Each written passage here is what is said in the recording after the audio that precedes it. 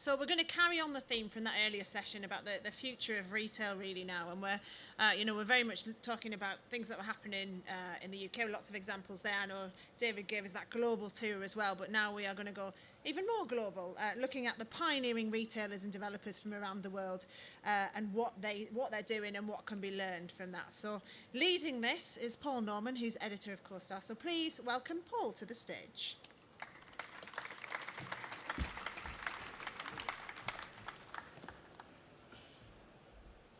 Thank you very much. So the title, as you can see, Future of Retail, Think Global. We're going to have a speaker first presenting to us on this subject, and then I'm going to invite up a panel, ask them some questions, and then throw it open to the floor. So without further ado, I'd like to, and he's asked me not to go on with one of a long bio, but I know there's tremendous excitement about what he's got to say. He speaks around the world on this subject.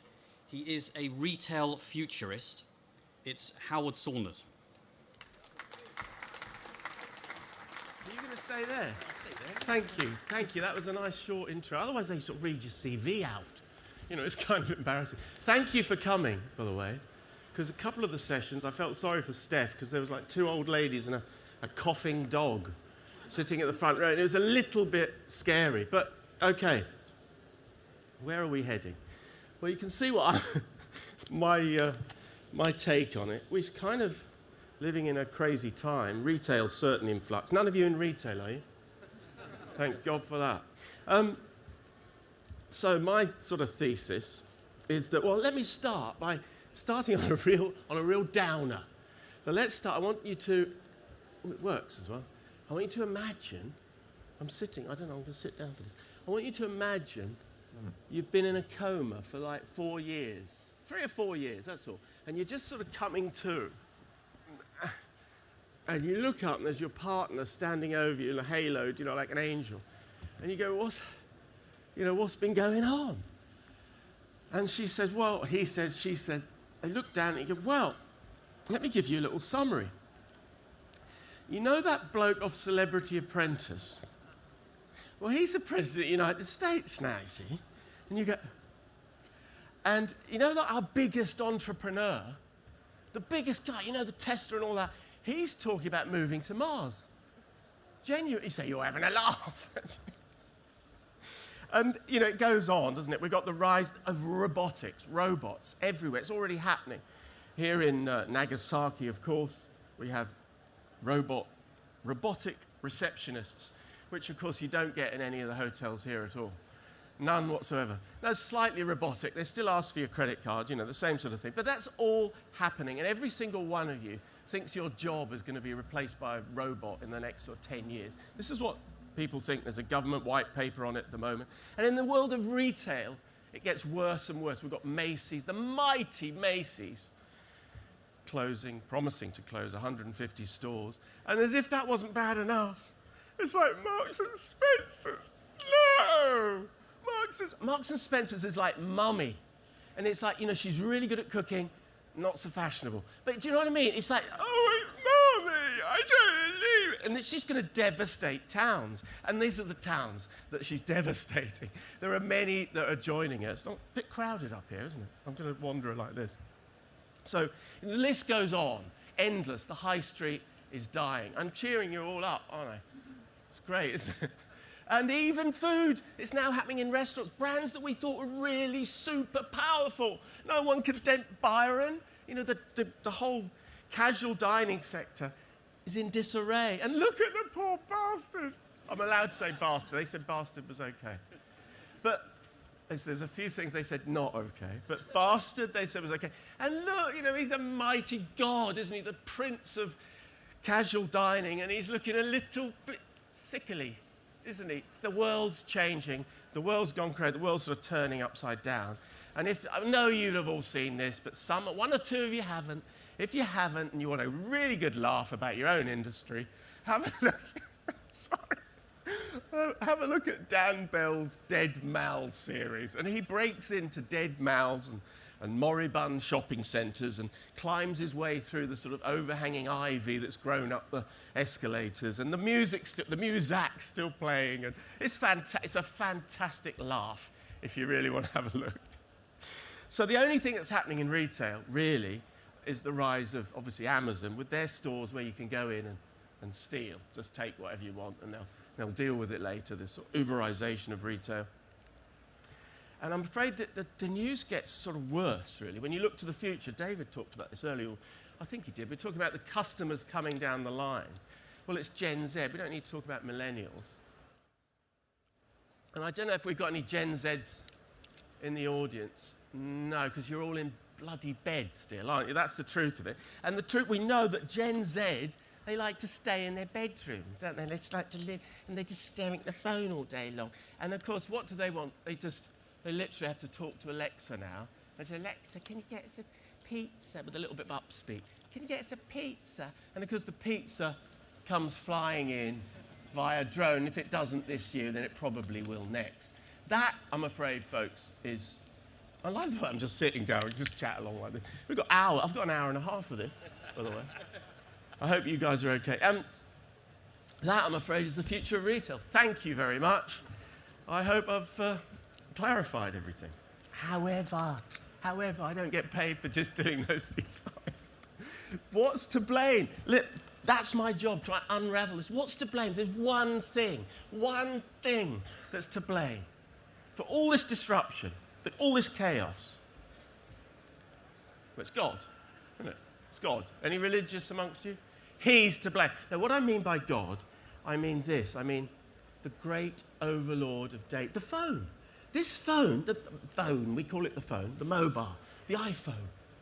This little black slab of glass knows everything about us, and we're telling it everything, and it has the answer to everything, the sum of all human knowledge. You have to imagine this is an iPhone. And when you... Look, I just wanted to show you where I live, first of all. This is where I live, and it's where you live too. And stop lying and pretending you don't. You do. This is where you live. We're all desperate. You're sitting looking up here. Who's that weird homeless guy? And you're all desperate to... I wonder if there's anyone. Let's just have a quick look to see if the universe wants me. Yes, it does. Oh, no, somebody else commented on something I commented on. You know, it's this weird world, but we all want to connect. This is where we live now. This is fundamental to what is changing retail forever. And it's as if, this is biblical, by the way. It's as if, because at exactly the same time, just after the crash, 2008, the heavens opened. This is like a biblical story. The heavens opened, the clouds parted, and we looked up, just as we're questioning what's capitalism about, and consumerism and all the things it's terrible, it's dragged us down. And we looked up at the heavens, and the clouds parted, and God reached out, and he touched us, and he touched our little finger, and he gave us each a little black slab of glass that has the sum of all human knowledge. I know some of you are crying, just at the thought. The sum of all human knowledge. You know, you ask it, what's the best bagel place in the universe? Where's the original denim company? Where's the oldest? What's the best? What's the height of that bloody actor? What's his wife? Who is he married to? It knows everything, and we're now permanently attached to it. So now there's a clue here.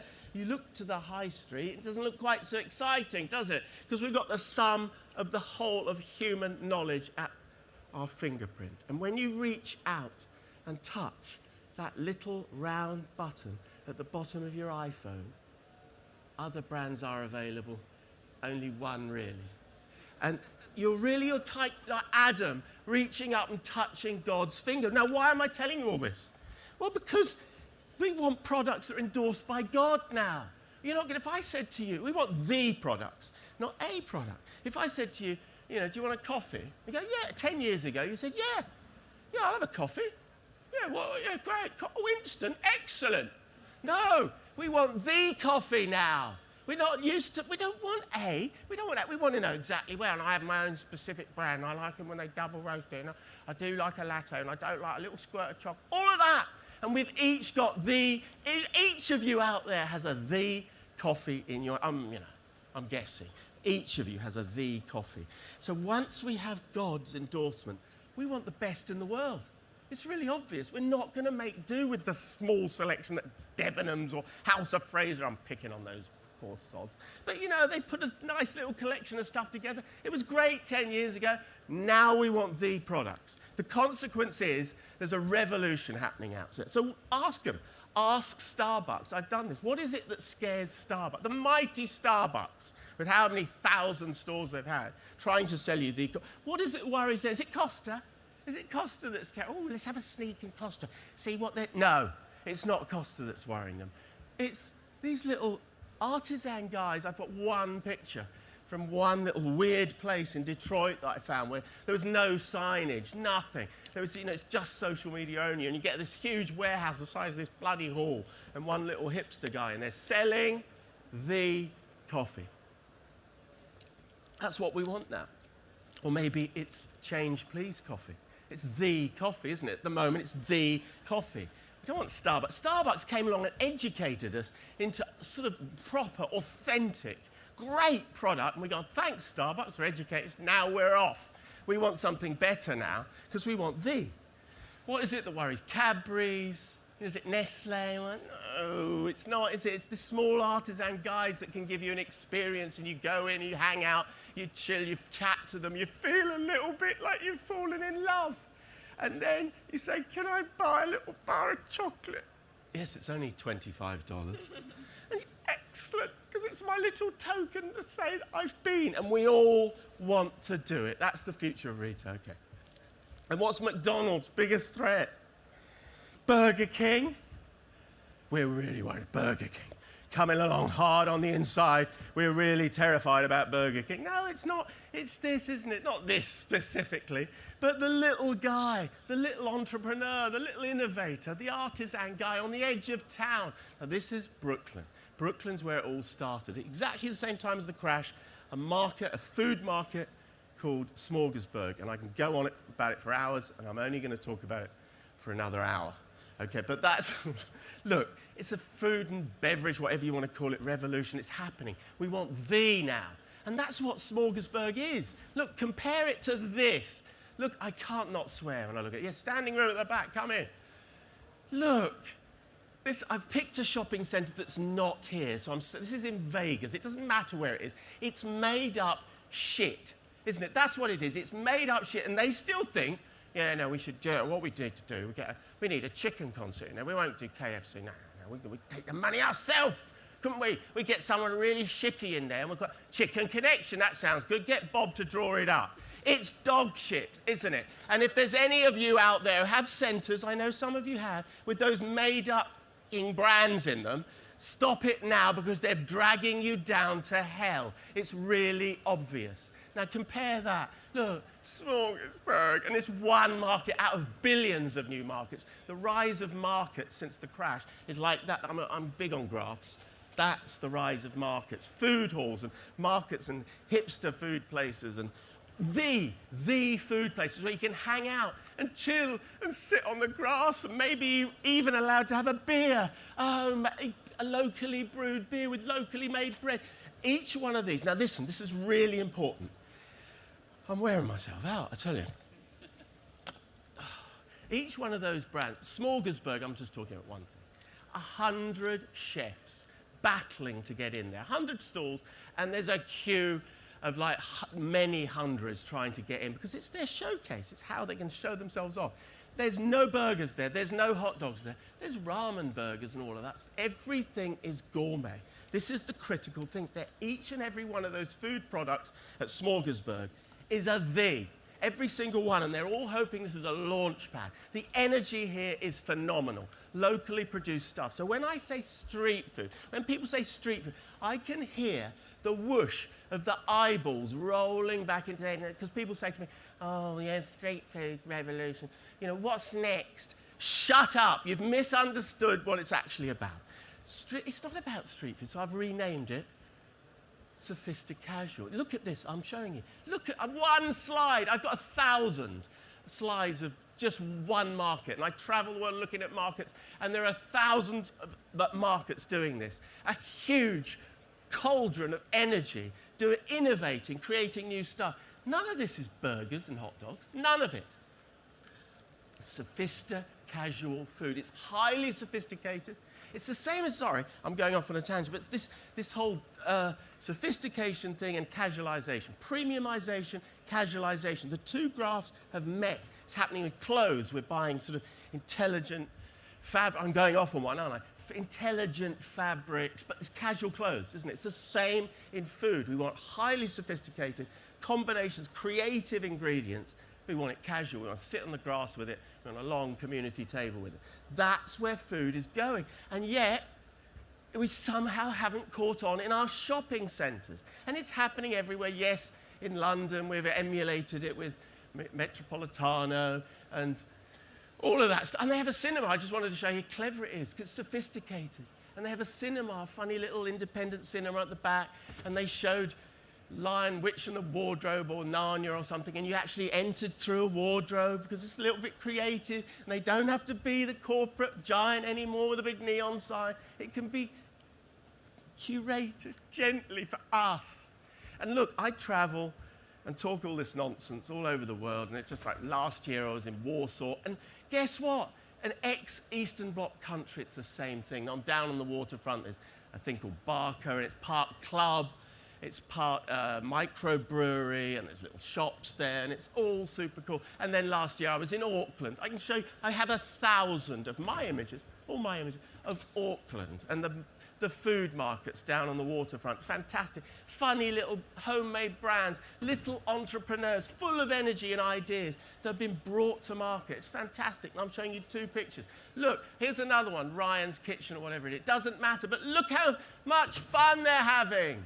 Why? Because it's their business, their passion, they're driving, and that's what you guys have got to harness. It's not like, oh, can we change the menu and make it a bit more authentic? No, it's about actually having real people who want to bring things to market, and that's how we get the country working again. Now compare that, am I speaking quickly enough?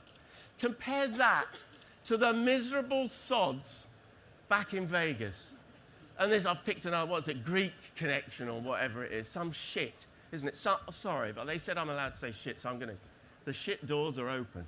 And look, it's just horrible, isn't it? The miserable bloke who's being paid minimum wage, he hates his job, and as you approach to say, can I have some of your shit Greek food, he hates you too. And that is, I'm sorry, but that is the truth, isn't it? We know it's happening, and if you go back to your centres and you see any of these, burn them down instantly. Okay, I'll calm down a little bit. So that's the food revolution. I think I've made it clear. It's obvious. It's not about, oh, we've got to up the game. It's about harnessing the energy of all those clever millennials and Gen Zers with all those business ideas that can't come to market. We need to bring them to market. Harness that energy. Secondly, brand playgrounds. It's not experiential.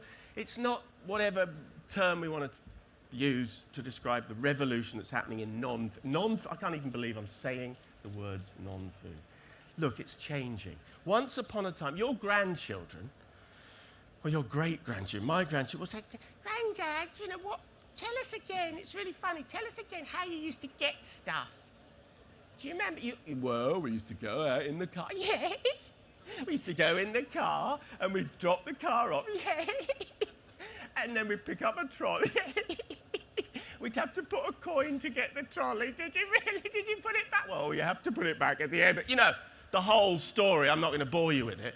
It's ridiculous. That's how we used to get stuff. And today, thanks to God, stuff comes to us. See, that's how it works. Stuff comes to us, which means that shops have to offer us something else. And remember the funny little Gen Zer in her bedroom ordering pizza. Shut up, I'm just going to get a pizza tonight. The truth is about her or he or Zia, or whatever you want to call them, is that they're scared of missing out. This is the bit that hasn't. So yes, they're bored with going into town and wandering around House of Fraser and W.H. Smith's and all the other ones we know. Of course they are. It's hardly exciting. They've got the universe in their bedroom, in their pockets. But they are fearful of missing out, scared of missing out. FOMO, fear of missing out, is driving them. So there's a huge rise, another graph. You like graphs, don't you? Another graph for you. Huge rise in the number of events and festivals and food festivals and pop festivals and whatever festival. Huge rise. And that's all happened since this little thing came along. So let me give you some examples. The milestone for me, it was about 3 years ago, Samsung, who saw Apple doing really clever stores, thought, right, we're going to do something even cleverer. And in New York, they opened 837. And it's a venue. They don't even sell any product there. It's a showcase. They show product off. And then they have Moby's played here. And it's all interactive playground, a venue, a community venue. Yes, of course, there's VR and all the rest of it, and bespoke this and that and the other. And guess what? They have the coffee. And guess where it's from? Smorgasburg. And do you know what? When you go back next year, it'll be a different one because they've got to keep on the edge. They've got to keep it being the. You can't hang on to that 25-year lease hoping the one you got is going to stay cool. So that's another whole story. And actually, guess what? They also have a running club. They have a running because they realise they've got to be part of the community. So it's not about being a store anymore. It's about being a venue. Same with the brand new Nike in Soho, Manhattan. Purpose-built, came right out of the ground. Multi-billions, how much it cost. Let me go through. I could tell you lots of things that they're doing in there. But the best bit, the cherry on the top, is the basketball court, and it's interactive, and it shows what you did with the giant screen, and tells you cool places to play. And then you've got back to London. Dr. Martens. I thought this was genius because there's all this sort of high-tech stuff. Dr. Martens, how do they make themselves cool? This flagship, a couple of years old now, but I think it's genius. Yes, you can go and bespoke, because obviously you want it's the me age, isn't it? You want the special. This is the pair I have, obviously. So you can do all that. But more importantly, there's a venue for local bands, because every local band across a whole tranche of musical genres, you wore Doc Martens, DMs. That's what they wore, isn't it? The punks and the rockers and the whatever. So they've brought that in, and they've made that integral to the brand. I think I've said enough about it. Brilliant. Even Dyson. It's a brand playground. You wander around, they tell you how they built the hairdryer, and they told you what they designed it with. And it's like going around the science museum. You're learning about this product and why they can charge you 350 quid for a bloody hairdryer. And at the end of it, you want one. It's how it works. But best of all, playground, remember. There's a wall of dirt in little jars, and you can go for the Dyson lawn thingy, and you can go, am I? Yes, you are, you're allowed. Really? This is soot. I know, you can actually. Can I throw it on the? Yes, you can. And just this. Oh, it works, doesn't it? Even Dyson. So just think about whatever product you're into, if you're a brand, whatever you're doing, there's something you can do that's interactive and engaging and a bit of fun, dare I say, if you can do it with a Dyson vacuum cleaner. So, and then, someone earlier mentioned this. Opened last week, Matches, just to prove to you what's happening out there. This is in fashion. This is high-end fashion, okay? Really high-end. And you book appointments with the app, obviously, and you turn up and you log in, and it tells you what events are going on. And the whole space is a digital playground. Everything you look at, obviously all the products, it comes up, shows you videos and stuff of the designers, and the artwork. I think I've got one of that. No, I didn't check that. The artwork around the space, you do the QR code, a little bit old-fashioned tech, but you use the QR code and it shows you how the artist created the piece of art. It's a digital playground. And on the top floor, the cherry on the top, is the cafe where you can have these lovely branded little toasted sandwich, basically, little toasted sandwich. And it's free. It's free because they know if they suck you in, they can take 40k off you. That's the truth of it. It's seriously posh, this place. So that's really interesting. And then we've got the other thing that's happening on the high street. So we've got the death of mediocrity. We know the brands. They're falling away. I showed you the list earlier. It's all just falling. It's crumbling. But the ones coming through are the ones we call digital natives. These are the guys that have never had shops. And so they come with no legacy and they go, yeah, what should we do? This is Casper, brand new. We're back in New York. This is in Soho. And this is a mattress shop. Mattress. It couldn't be anything more boring. mattresses. And you wander into different worlds. I think I've got a picture. You wander into different worlds and read about the mattress and all of that stuff. And, just to add to it, they got an app for people with insomnia. So in the middle of the night when you're not sleeping, you can connect and talk to Casper. Casper, I'm not sleeping very well at the moment. And they reply to you because they're trying to build a bit of love. It didn't cost much, did it? And suddenly we think of that brand as a real progressive innovator in a very dull market. And here's Rachel. Some of you know Rachel. There's Rachel on the hamster wheel in another digital native brand called Allbirds. Is that right? Yeah, Allbirds. And it's a New Zealand sort of hybrid. Back to that whole casualization thing. It's sort of natural wool hybrid sort of sneakery thing, whatever it is. And you go on the back of the... Oh. Never mind. And you know what? You get the picture and you can test them out. It's like, it doesn't take much. It's a playground. And best of all, how am I doing for time? Because I'm rattling along here. And I don't want to upset Hannah. Best of all, I just thought I'd show you this, because this is, critically, this is what's happening to retail. We're not looking for stores anymore. This is Converse, and in February this year, in fact, there's a date on there, I think, yeah. Converse, is owned by Nike, isn't it? Oh, Converse opened a club, really. They opened a one-star hotel, very clever, the one-star hotel. Where did they do it? Well, Shoreditch, obviously. And they opened this hotel for one night, and you couldn't get in. So did I go? No, I didn't. I couldn't get in for Love No One. It's for a lot younger people than me. But they were queuing round the block to go to the one-star hotel. And look, all it was a series of rooms and a breeze block bed, which is slightly more comfortable than one I had last night. Anyway, you know, you wander through and you learn about the products, and it's the bit that's missing from these images, maybe from this one, is the pumping sound. The pumping sound. And you kind of wander through their space and you fall in love with the brand a little bit more than maybe you did before. And that's the future, isn't it? You've got to allow your centres to accommodate this. They don't want to sign up to a 15-year lease. They don't even want a one-week lease, but they do need... Oh, yes, before I forget, they need spaces and flexibility. Obviously, we all know that. Everyone's saying that. But before I forget, voice, which I mentioned, you know, remember Alexa, can I get that pizza? Right at the beginning. Well, think about this. This is the one that we're struggling with at the moment. Specifically if you're a FMCG brand, Alexa might be delivering what she wants to deliver. You see, because if you say you want dishwasher tablets, and I like those, you know, I don't know, made-up surf, I don't know what brand it is, but you ask for one specific brand, she's going to push you onto the one that she's getting the biggest margin on, isn't she? Obviously. And so the question is, brands are going to lose as supermarkets die, which they, on the whole, kind of are. They're certainly struggling. How are we going to know about the brands? Well, I'll tell you how. Because our town centres and our shopping centres are going to have to allow them to have little connections with us and put little funny pop-ups together and events and ideas. And it's happening all the while. We got the Kit Kat pop-up. That's what brands need now. They need spaces where they can show off. And our shopping centres have to accommodate that. Does that make sense? Anyone still listening? No, thought not. Right, so I summarise, because I'm really quick.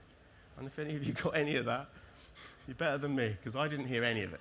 Okay, stores are dead, aren't they? It's really obvious. The death of mediocrity, they're crumbling away.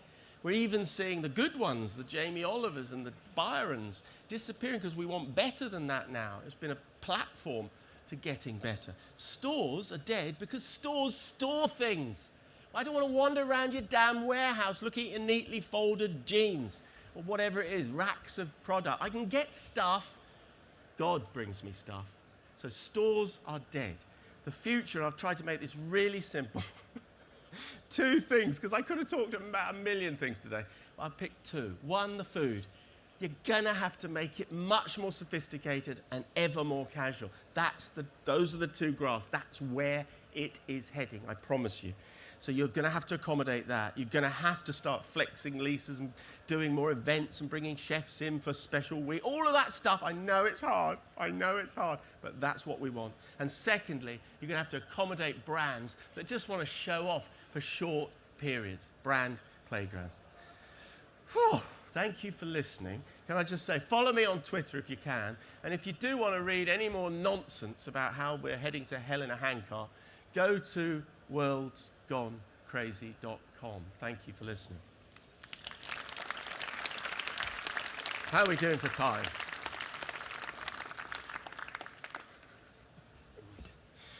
What do you want to do Well, with me thank now? you very well. If you could stay Shall I on the sit? panel, Yeah, that would fine, be tremendous. I've got 10 minutes.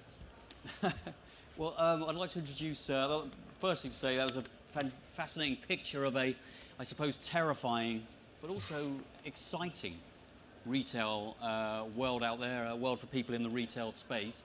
And fortunately, we also now have a panel of people across a range of areas that are responding to this world that Howard painted in various ways. So it'd be really interesting to talk to them about how they're doing that, with a thought about the global picture as well, I think is one of the things I've been asked to look at, and how what they're seeing worldwide, which of course Howard did. So I wonder if I could introduce the panel to the stage. I'll introduce them and then I'll start asking a couple of questions before opening it up to the floor.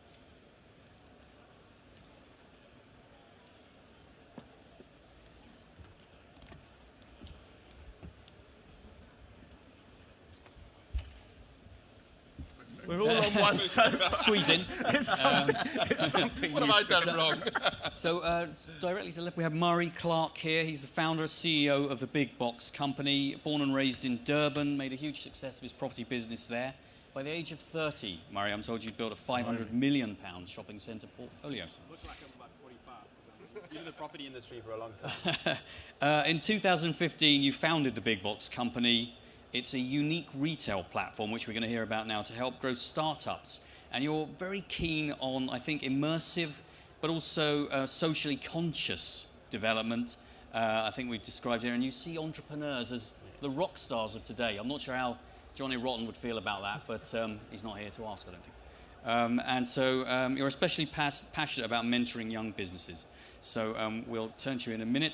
Next to that is Jill Dew, Investment Director of The Collective. So it's great to have someone focused on residential development and hear what they need from retail and creating Generation Z, X, Y housing, and talk to you about that going forward. Then we have Holly Hallam, who is Strategy and Marketing Director, Design LSM, particularly focused across her career on food and beverage and on food halls. So it'd be great to get your sense of what you're working on there. And then finally we have Philip Lunn, Chairman of Axiom, who's really been probably the big star of the show so far. Your particular big box there in the corner, and Eddie the Eagle, the gin bar. And, you know, Philip's been in retail property for almost 25 years, so many people here will know him. I think at Savills at one stage, then formed Lateral in 2008. But now he chairs Axiom, and that has funding secured and site works on a major out-of-town retail development. So I think a lot of people will want to know, I mean, this is the first time we've seen this for years, so what's going to make it work and what you're doing there. So I think I'll ask each of you, I think just a very specific question about what you're doing and also how it relates to some of the things that Howard said, and then a couple of broad brush questions. So Murray, I wonder if you could just talk us through what's made Big Box a success in South Africa. And I know you've said you've been spending the last year or so doing a lot of research, we were talking about it before, an analysis on how that can happen in the UK, and you think it's all about creating very bespoke developments in each area. And I wonder if you could talk to us about what you've learned. What we do is we take stores that are not working, like Debenhams and House of Fraser's, like you mentioned, and we recycle traditional old school retail and we convert them to market platforms designed for independence. So we feel that entrepreneurs are the rock stars of our generation and people that add value to the world. And basically what we're trying to do is remove commercial limitations for them. We anchor our spaces with incredible food and beverage, creative retail, co-working, health and wellness, which is really important to us, and community and events. So it's all about trying to speak to everything Howard's just spoken about and creating inspirational omni-channel environments that speak to the future of retail, but that also have connections to communities around them. Okay, and are there differences between South Africa and the UK that spring to mind, or is it I think a similar that story? there's a global movement moving away from old school retail, and it's about trying to look to the future and basically creating spaces that consumers emotionally connect to. And that's in South Africa, it's in the UK, and it's a global movement, and it's all about trying to understand what that is. Working with independents that you talk about, companies like Curator's Coffee in London, incredible inspirational brands where you understand the story behind it. And our philosophy is to try to create systems to help them win. We feel like the retail of old is designed to fail because it doesn't provide any infrastructure or systems to help them win. If you come into a big box location, we handle all of your fit out, we save you money in the income and expense space. You're in an environment that's designed to help you win. There's mentorship programs. There's a whole bunch of layers that speak to what we think creates sustainable business in the independent space. And so we take spaces of between 2 and 10,000 square meters and we convert them into what we think the future of retail looks like. Okay, I wonder if you could just talk us through one scheme where you've done that very quickly, an example of that. Yeah, in Woodstock, Cape Town, we've just opened a location, and it's got about 1,500 square meters of independent F&B, creative retail, micro merchant space for offline retailers who are looking to get physical space, companies that you would normally find on platforms like Etsy. We've got health and wellness, which is really important to us. We've got an incredible co-working platform, podcast stations, meditation rooms, and we stitch that all together under a single platform. I feel like co-working in the traditional sense doesn't cater to all independents, and so our philosophy is about trying to create multi-layers which extend to what we think the future of retail looks like. And that's not just in South Africa, it's a global movement. And so if we can create a platform that speaks to everything that Howard has just mentioned, it will help landlords not try and do it themselves unsuccessfully. So we believe that social and community upliftment is massively important to creating that. It's not just about the four walls that is big box, it's about identifying critical social and community upliftment initiatives that need to be solved. And the trick is every community is different. So big box London will be different to big box New York, will be different to big box Cape Town. And it's about immersing yourself and understanding the fabric of that specific community and creating bespoke programs that speak to that audience. We're looking at Stoke-on-Trent at the moment, and you might laugh at that. But the reality is that Spode as an asset, which is one that we're looking at, has got 300 years of history where people's parents worked there, where their grandparents worked there. And in 2008, they went bankrupt. And so what we're trying to do is basically reinvigorate what was the center of commercial activity for a long time, underpinning the spirit of all of that with independence and things that make sense to the community and that basically tick the future of retail as we see it at least. Okay, thank you very much. Now, Jill, you're obviously the collective working on the future of living, I suppose, or co-living. Could you talk us through, what I think it's all about creating community for you as well, which ties in with a lot of what Howard said. But could you also talk us through how that relates to retail and the retail you want around you? Yeah, sure. So I wasn't sure initially why I was asked to speak on this panel. When I understand this was the retail panel. And Hannah says, there's interesting aspects that you can bring onto, for the retail community. And I think perhaps we should start by telling you guys a little bit more about what we do. So the collective is a developer, operator, and investor in the co-living space. So we create a small private space with very nice public amenities, including swimming pools, libraries, gyms, study rooms for our residents that, a lot of them fall under sort of like the millennial and Gen Z category, but not exclusively. Our flagship property is a 546-bed scheme in Old Oak. So as some of you may be from London and may know, it's like, edge of zone 2, industrial zone, there's like nothing around it. It's like 7-minute walk from the tube station. So it's well connected back to central London, but it isn't like a vibrant local community. And a lot of the developers look at this, be like, there's nothing I can do here. while we see the opportunity of creating a destination with the community we can bring here. So, we basically took it through planning, did a development for this really the world's first large-scale ground-up co-living scheme, and it was leased up in like 4 months into 90% and 6 months into 99%, and has been constantly performing. And we have ground floor retail space that does extremely well, even though the location itself doesn't lend it to be like a typical retail location. But because we've brought the community together there, the supermarkets, the cafes, the gyms, like have sort of like a foothold to be expanding themselves into the community. But what we have seen is, like the community we have brought together is exactly what was just described, right? Like they love to have their private space in their own bedroom, but they crave that real connectivity. They crave that real community. They crave to be part of something special. So, that generation and that group of people, what can you offer them? You have to offer them, like programmings, activities, experience, and the real community, not just, like muffing once a month and trying to pretend you have a community, but something that they can truly participate. Like in our buildings, we have like ukulele club every week. We have debate clubs every Wednesday. We have brunch. We have like big Brazilian nights, and there's like 2 events on average a day in our community, and to bring together all kinds of people. And our tenants are between 20 to 60-year-old. So it's not just your Gen Z. There are people in various life stages that crave that connection. A lot of them are separated and divorced or single in their own right, but it's a big community. It's a third of London is like single person household.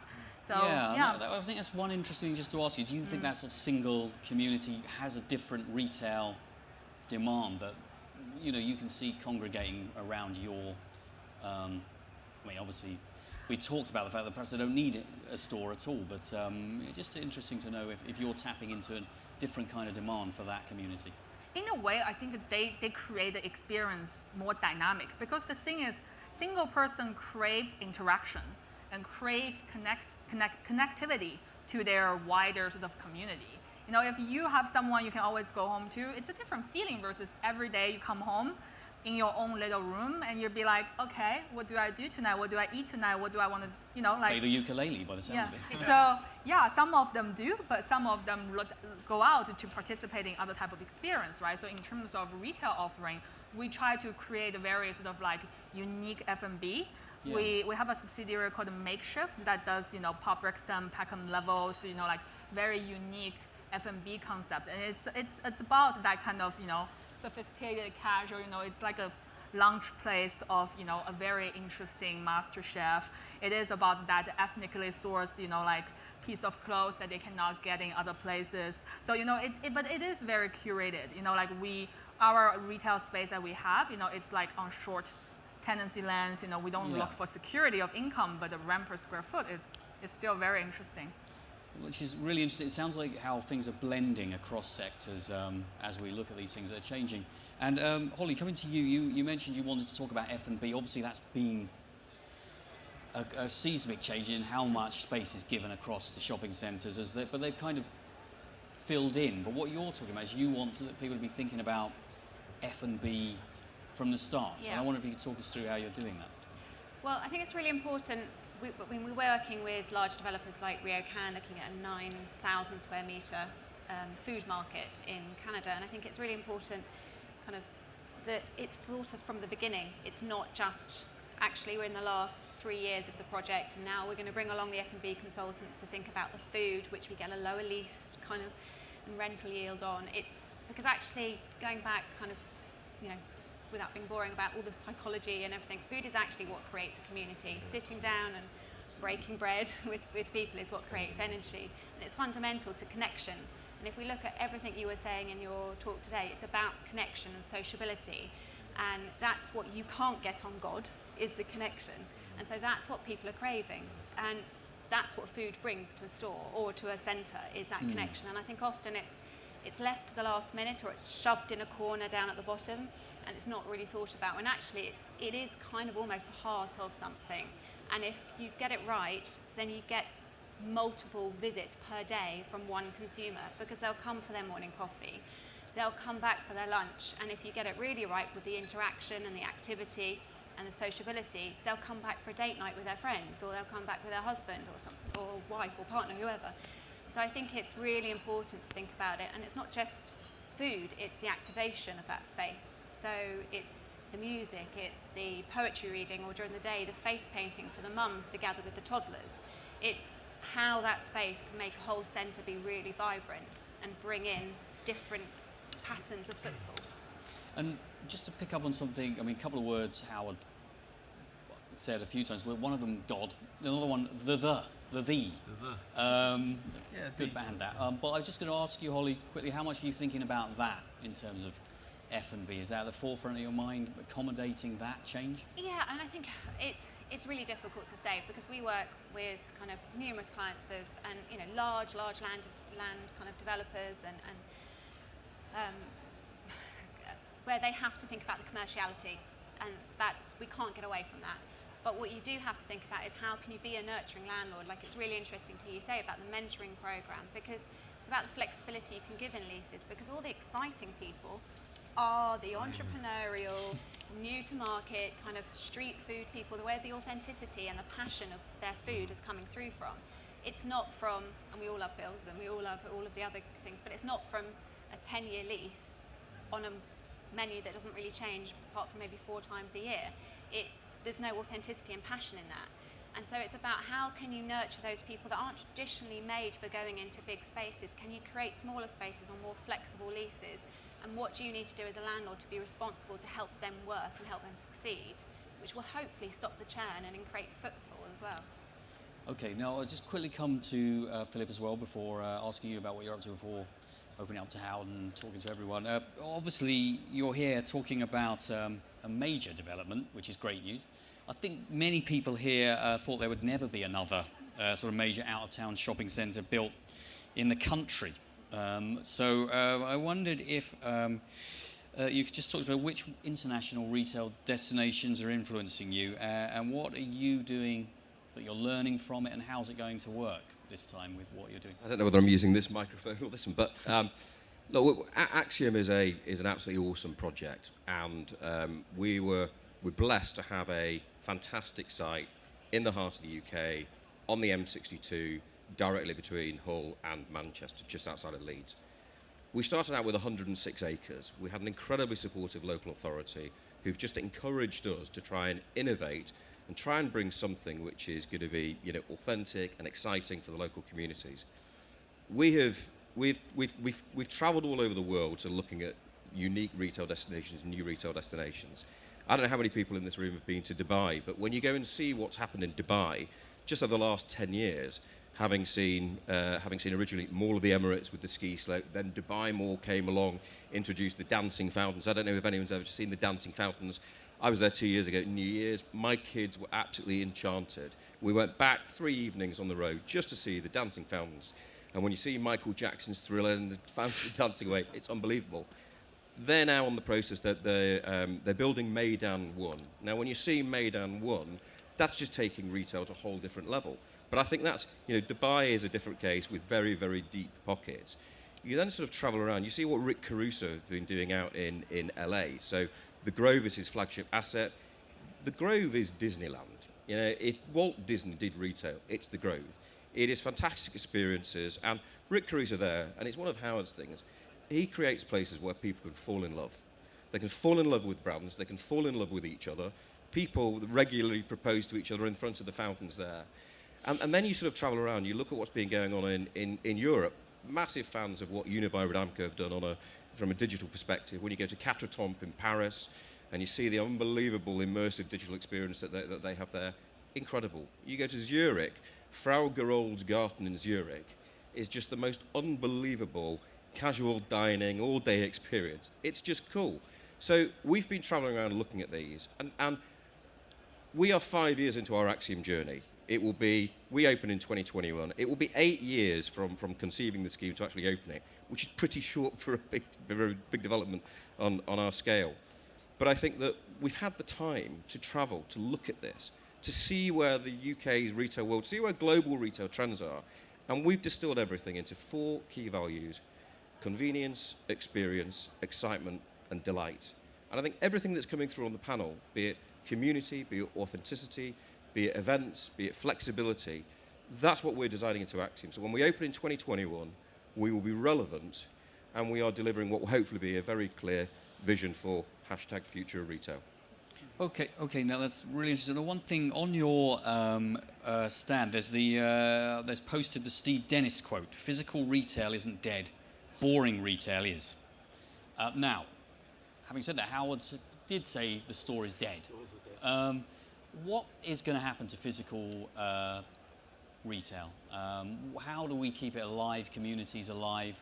What in your opinion should be done? What can you do as businesses or are doing?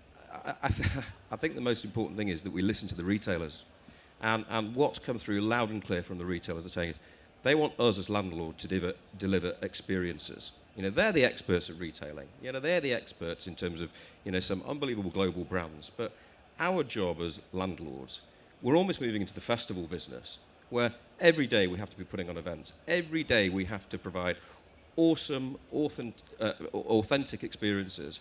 And I think that by listening to the retailers, what they just want to see is experience. We had Eddie the Eagle on our stand this morning.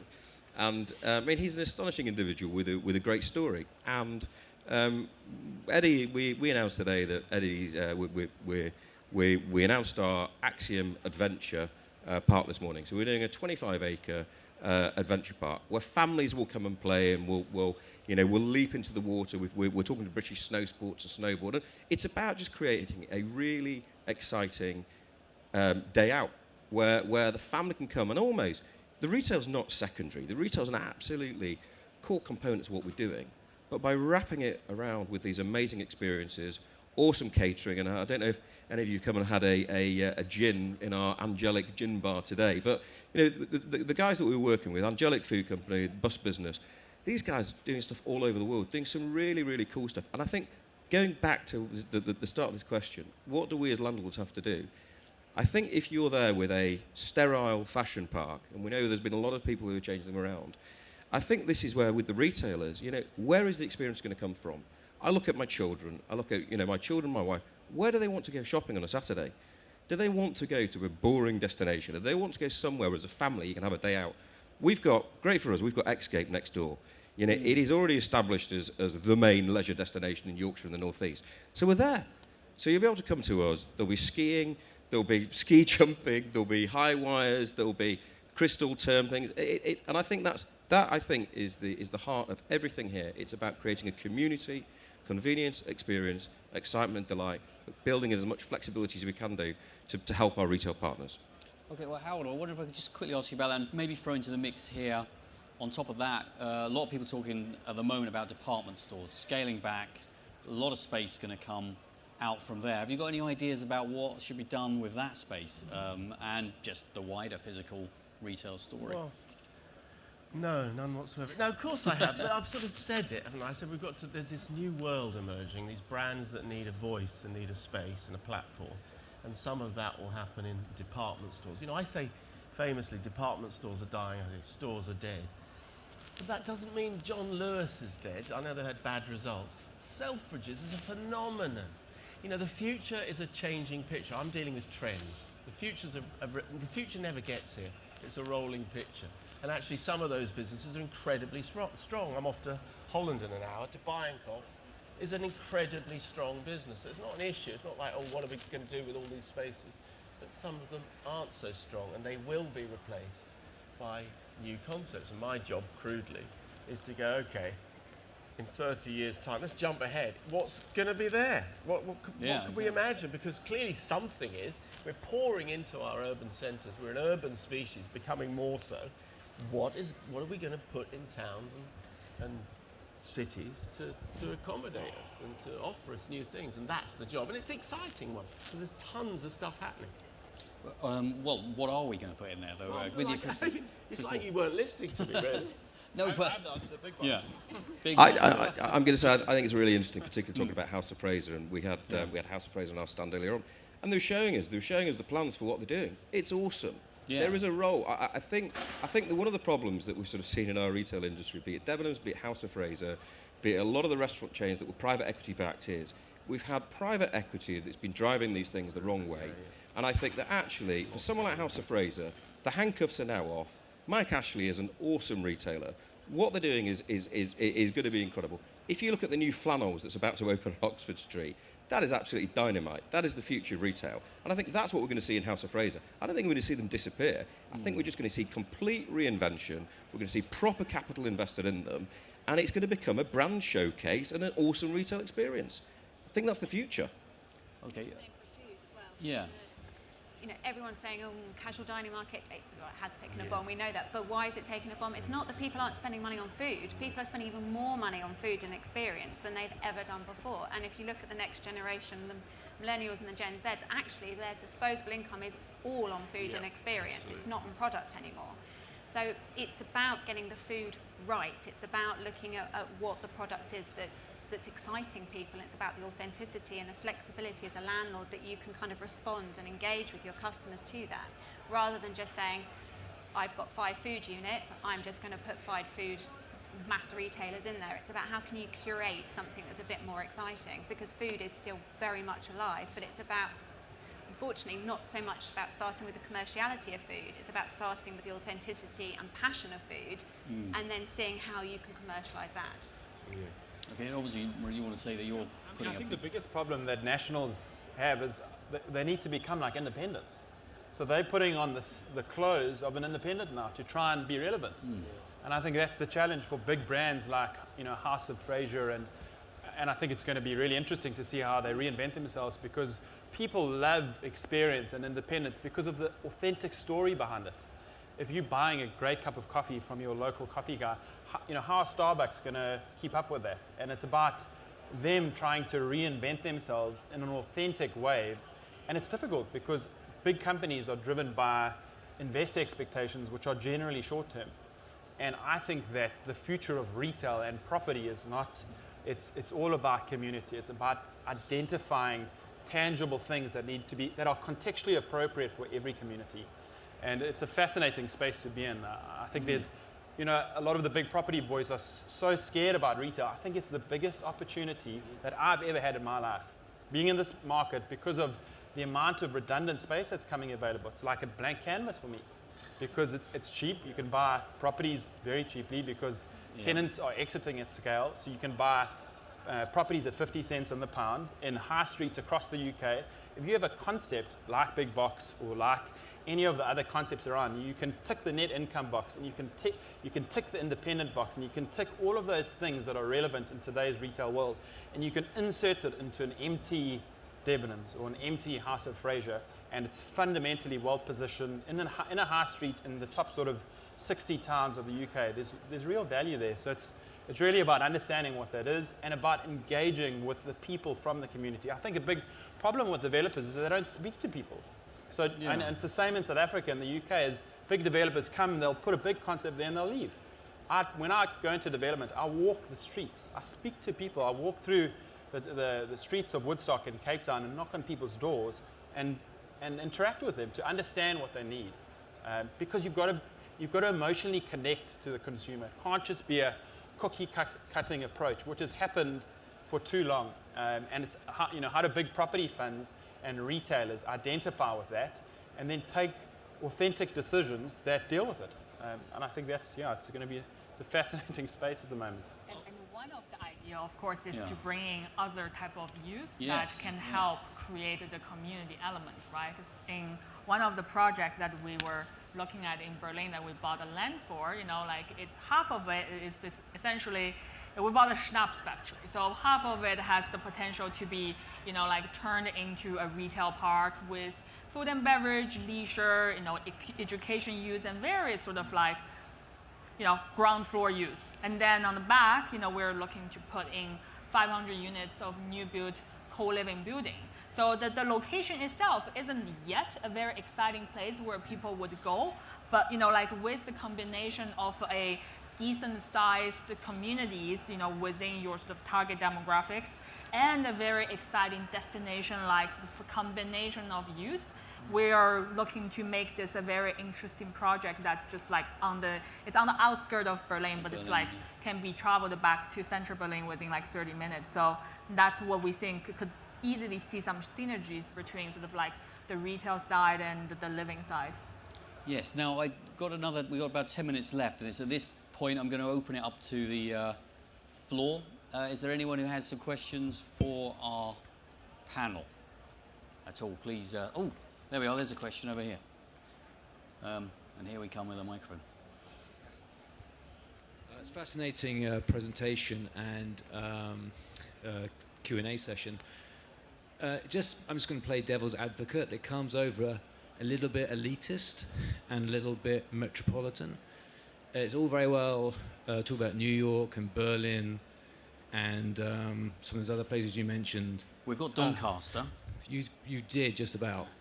But most people, aren't dropping 40K at matches or know when to go to the Converse Hotel that one day of the year.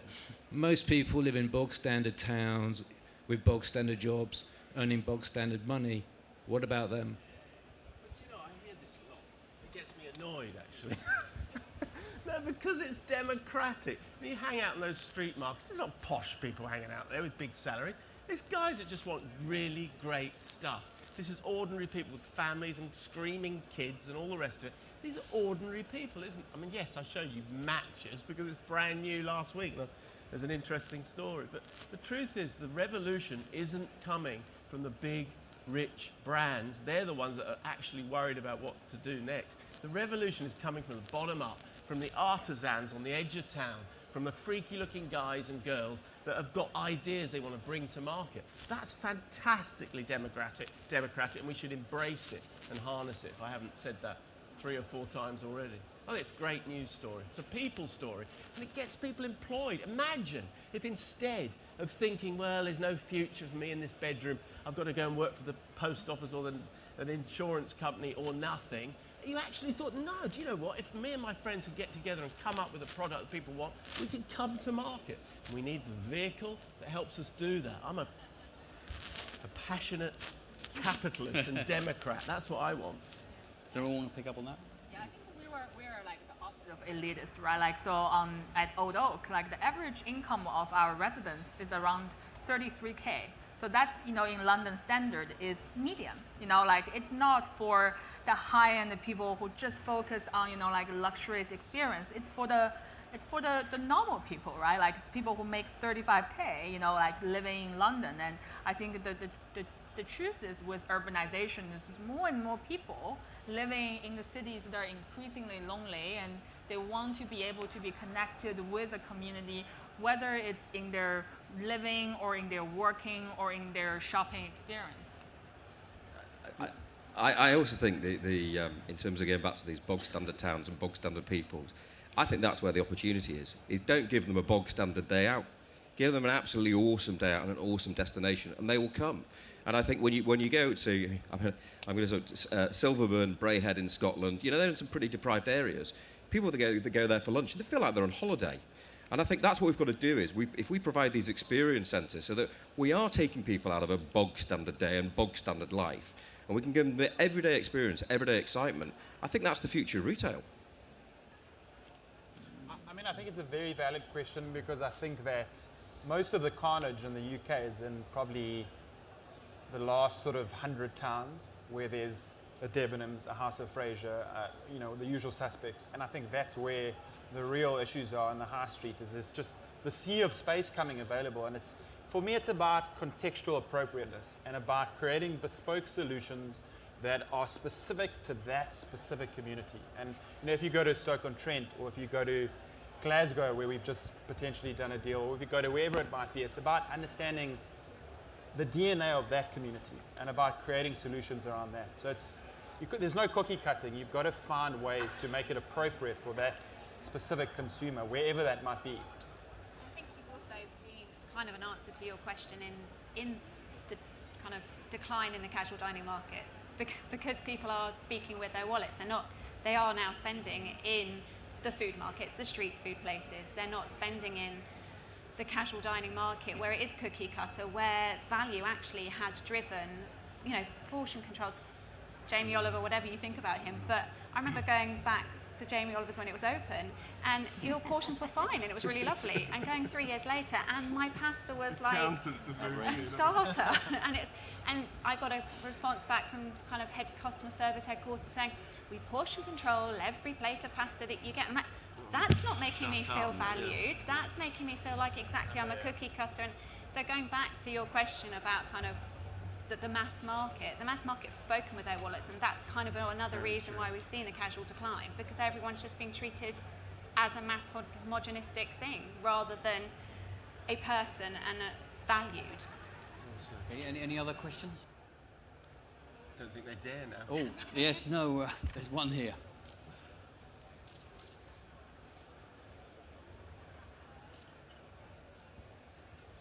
So I think a lot of the time the experiences we remember in retail are the experiences that are personalised just to us. You know, it's that pair of trainers that we can now design for ourselves, and it's our pair of trainers. How do you think technological and non-technological solutions combine to give us that personalised experience of retail? I think if you come and have a look at our stand today, I think you start sort of seeing how technology can excite people and can provide unique experiences. If you come and have a look at our stand later on, we've got this the G-Smat G-Tainers, which are awesome, and we're able to play video images through. What we haven't done today is you can also, there's an iPad where with children you can play games where you can see it up on the screens. And I think that's where with technology, so this is one of the things I think Unibail-Rodamco have absolutely nailed in some of their European centres. I think it's probably we're going to see it in the two Westfields in London, is they have a French business called Ad Memory that they work with. And what the digital content they produce that is really emotive, it's just awesome. And I think that's where, please come and have a look at our stand, come and see our glass wall system, come and just see how you can talk to your customers through it. Because I think this is where we talk about digital, and digital, we think about the great overlord of data, but digital can also have a fun side to it. And I think it's something that we can start talking to customers and excite people and provide, a really unique experience. Anyone quickly feeling passionate on this subject as well? I think convenience. Digital is really great, not only for personalisation, but for convenience. So the food hall that we're developing in Canada at the moment, it's a food market. How convenient is a food market to do your daily shopping? And not that convenient. That's why we've got Tesco's, that's why we've got Asda, etc., etc. But actually, how can you use technology to make things more convenient? So, can you do apps that actually you've got a convenience, and create that as a landlord, so that your 100 kiosks that you've got actually all work together as a community, so you get that convenience, but still have the authentic experience and shopping with individual retailers that have got kind of more of a kind of passionate product for you to sell. So I think it's a great enabler. Yeah. It's not the answer, but it's a great enabler for you to connect. Okay, I think we've only got a minute or so left. I guess quickly one question then, just to throw out there.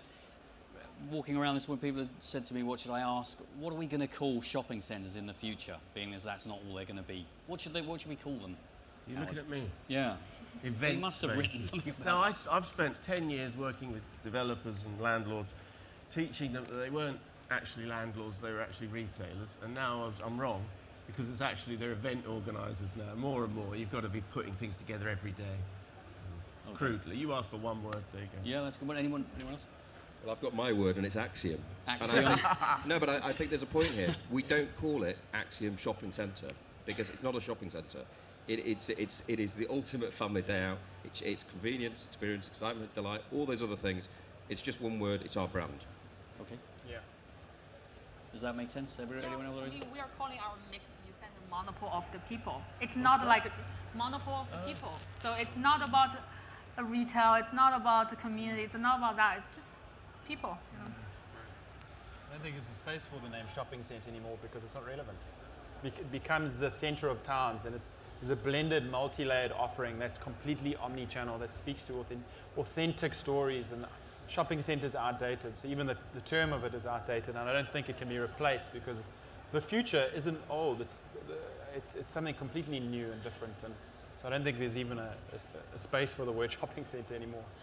Okay. 2,000 years ago, we used to wander down to the Forum. I did anyway. 2000 with a toga around sort of thing, and we wandered down. Why? Do we need stuff? No, we wanted to hang out, meet a few people, have a cup of coffee, a glass of wine, meet with your mum, your kids, your family, your friends, your business partner, and then see what's new, try a few things, and wander back. And in 2,000 years' time, we'll be doing the same thing. We just need to get ourselves ready for that. All right, well, on that note, that's a great way to end it. Thank you so much for that. Could you say thanks to our panel?